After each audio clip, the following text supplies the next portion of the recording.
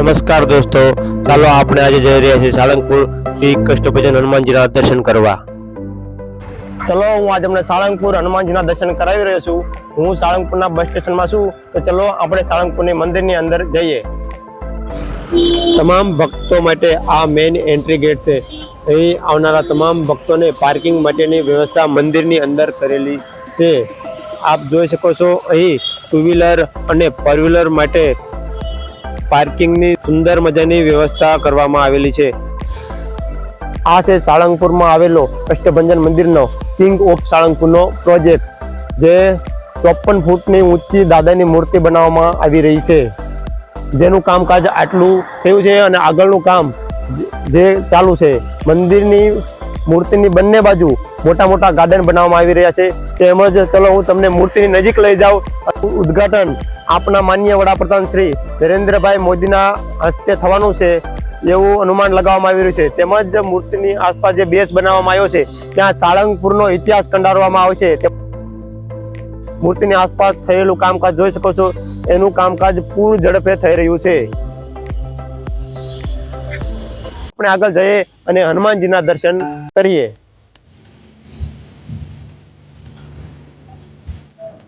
ચલો આપણે કષ્ટભંજન મંદિરની અંદર જઈએ અને દાદાના દર્શન કરીએ.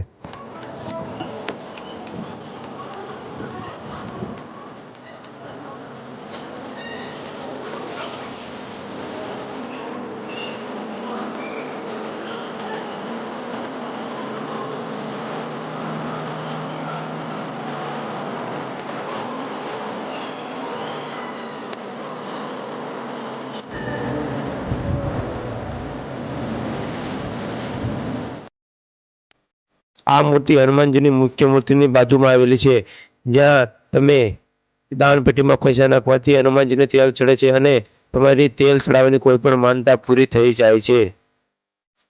શ્રી કષ્ટભંજન મંદિરની બાજુમાં શ્રી હરિ મંદિર આવેલું છે. આ હરિ મંદિર તેની બાંધકામની વિશેષતા માટે જાણીતું.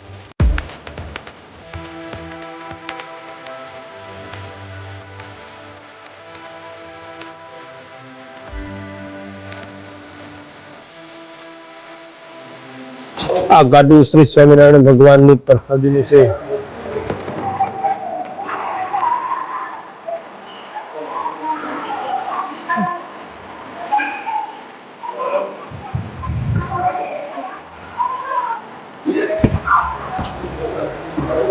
શ્રી હરિ મંદિરમાં શ્રી હરિ અને ત્રિમુખી હનુમાનજીની મૂર્તિ રાખવામાં આવેલી છે. મિત્રો, અહીં વર્ષોથી ભોજન ચાલુ છે અને અહીં નવું ભોજનાલય ચાલુ થઈ રહ્યું છે, શ્રી કષ્ટભંજન નૂતન ભોજનાલય. તો ચાલો હું તમને કષ્ટભંજન દેવ નૂતન ભોજનાલય બતાવું. તમારે અત્યારે ભોજન લેવા માટે આ બાજુ જવાનું રહેશે.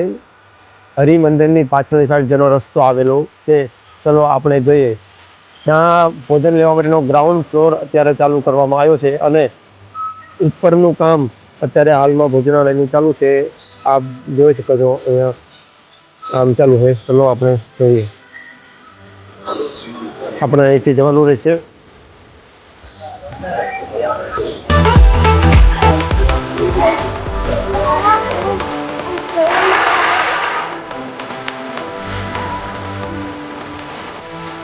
આ છે કષ્ટભંજન ભોજનાલય.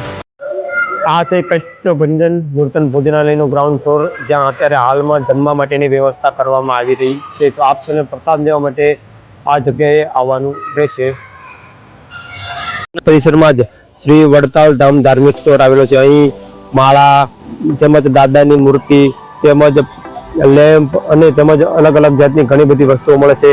તો આપ અહીંથી પણ ખરીદી શકો છો.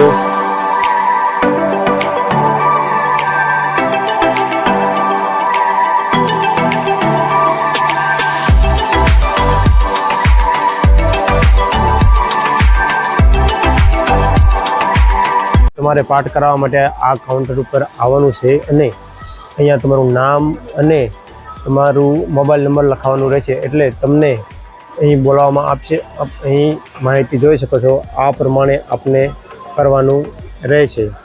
મંદિરની બાજુમાં જ પ્રસાદ કાઉન્ટર આવેલું છે, ત્યાં તમે થાળ ભેટ લખાવી શકો છો અને દાદાને પ્રસાદ ધરાવી શકો છો. તેમના પરિસરમાં જ આ એક મૂર્તિ આવી છે. આ હનુમાનજીની જેવી તેવી મૂર્તિ નથી, અનોખી મૂર્તિ છે.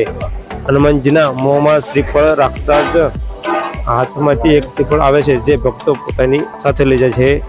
મંદિરની અંદર અત્યારે દિવાળીના સમયમાં કેવો લાઇટિંગ માટેનું ડેકોરેશન કરેલું છે, આપ જોઈ શકો છો. હું તમને પૂરા મંદિરના દર્શન કરાવીશ, આપ વિડીયો પૂરો જોજો.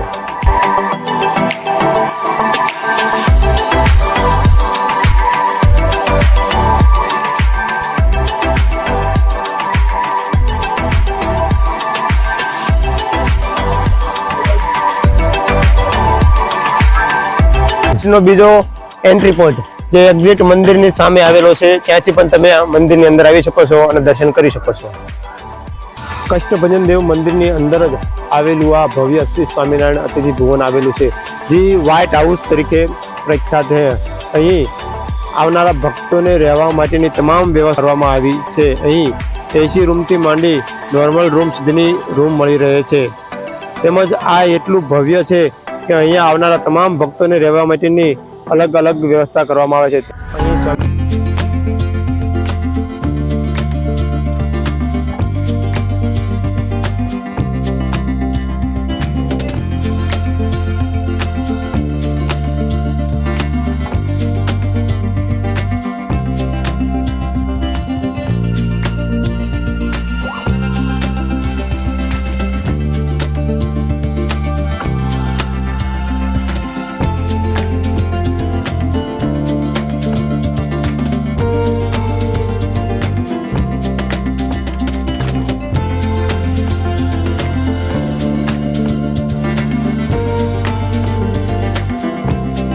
ભગવાન સ્વામિનારાયણ 18 વચનામૃત લખ્યા છે.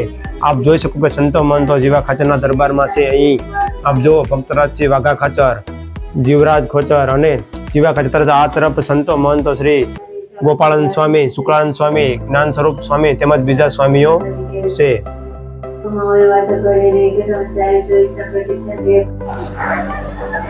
સંધ્યા આરતીનો સમય થઈ ગયો છે, તો ચલો આપણે લાઈવ આરતીના દર્શન કરીએ.